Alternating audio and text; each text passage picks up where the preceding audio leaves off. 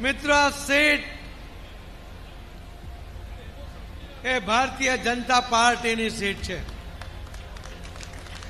Bharatiya Janata party વર્ષોથી આ seat જીતતી આવી છે, પણ આ વખતે એક રેકોર્ડ કરવા માટે બંને બાય ઇલેક્શનની સીટોને જીતવી એ અત્યંત આવશ્યક છે.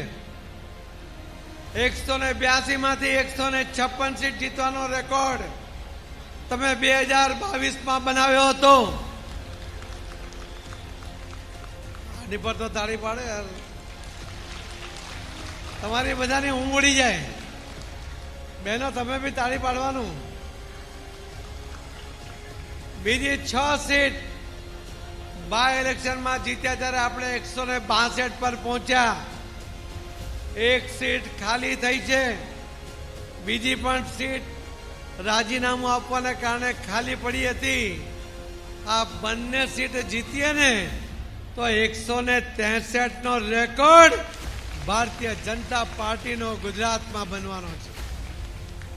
અને એની જવાબદારી એક કડી વિધાનસભાના મતદાર ભાઈ બહેનો, કડી વિધાનસભાના કાર્યકર્તાઓ, આગેવાનો એમની ઉપર આવી છે.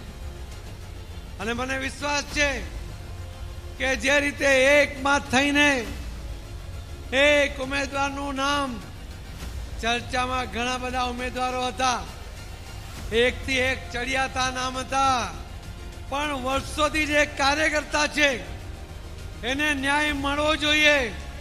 જે ભૂતકાળમાં એકવાર હાર્યો છે આજે જીતવો જોઈએ. અને એના માટે એક નાનો કાર્યકર્તા પણ વર્ષો જૂનો કાર્યકર્તા એવા ભાઈ શ્રી રાજેન્દ્રભાઈ ચાવડાને આપ સૌએ પસંદ કર્યા.